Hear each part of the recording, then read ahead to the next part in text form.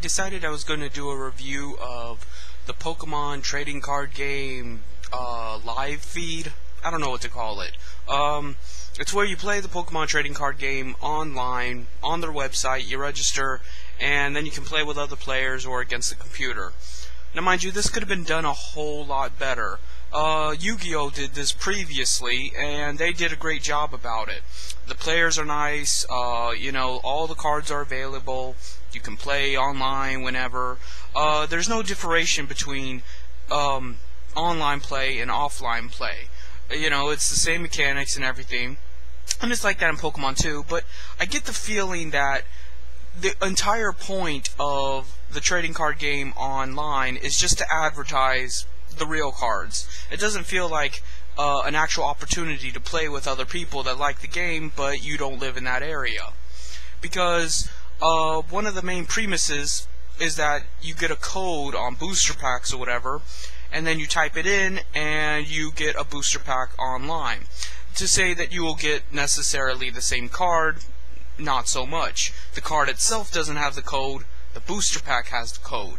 So essentially, when you buy a booster pack in real life, you buy a booster pack in the game, in the computer version. So what that leads me to believe is that this is just some kind of marketing scam. Even Yugioh isn't that bad, and Yugioh is terrible. The game mechanics are terrible. I just don't like it. And, the only reason why I tolerate Pokemon was because when I was younger, Pokemon was the thing that was in. So, and the game hasn't changed all that much. If anything, it's gotten worse in some ways. The trainers are a little better, they're a little less overpowered, but then the second stage evolutions are improved, which isn't a bad thing. Evolutions kind of suck the way you had to wait for them and build around them.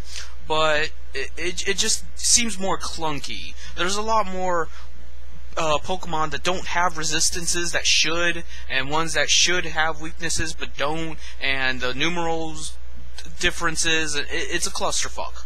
And none of that really bothers me, but what bothers me is its terrible layout.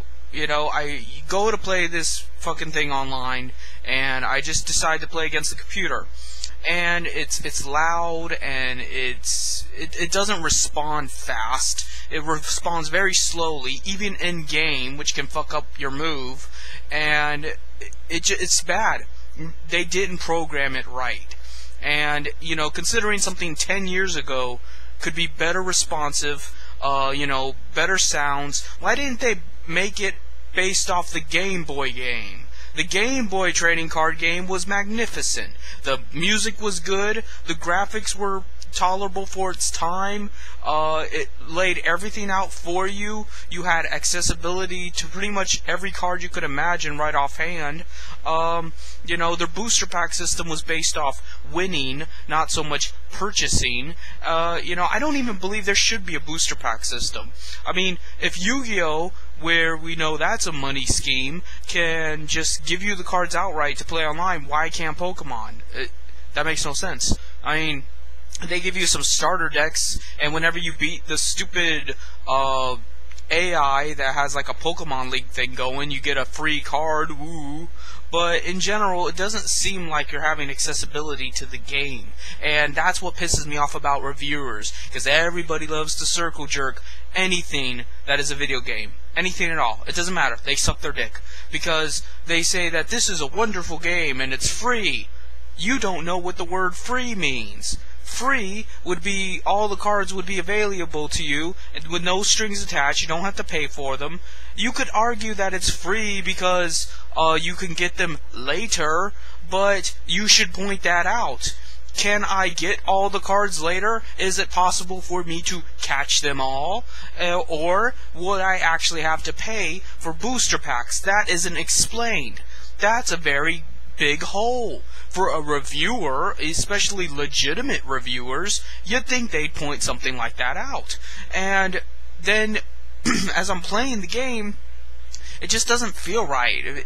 For one, it feels like it was made by Game Freak themselves, because the way the coin flips happen is just ridiculous. If you're a competitive player, you probably avoid coin flips, but it's impossible to in Pokemon card game. So when the AI flips 4 heads back to back. What is that, like a 20% chance, maybe even less?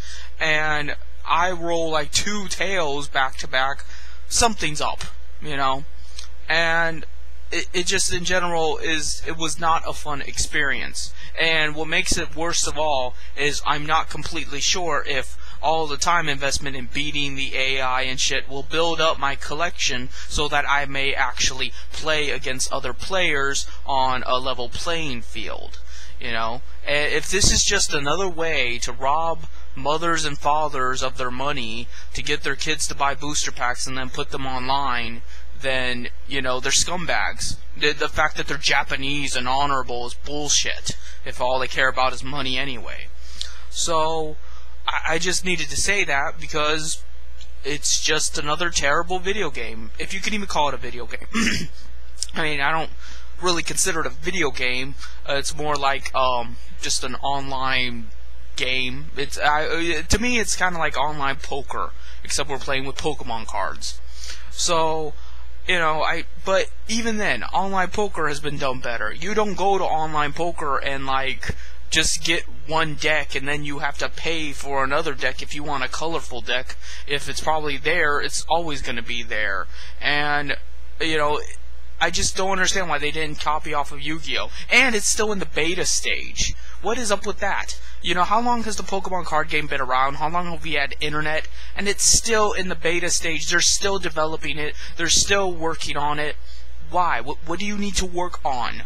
You know, if as long as you provide the cards, you got people playing against each other, you know, you update a new patch every so often with a new set, you're good. You could even have new methods of competitive play that could inspire Pokemon leagues in real life, because you could have old sets versus new sets, or a mixture of what Magic the Gathering calls a draft. You know, you could have all kinds of shit, but you don't do it because you're not thinking. You're only concerned about the money.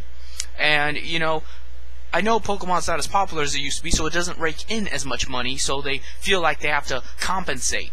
But you know, collectors are going to buy that shit anyway. People that like Pokemon are going to buy that shit anyway. Kids that like that shit are going to buy that shit anyway. You know, their market is never going to be zero. It's only going to be less. So, what the fuck are you worried about? It's not like you have a bunch of people to employ or anything like that. You're a fucking card game company. What do? You pay for the electricity to run the factories that produce your expensive paper cards. Get over yourselves. So, that's all I have to say about the subject matter. I'll probably make a more serious video later if I feel like it. See you later.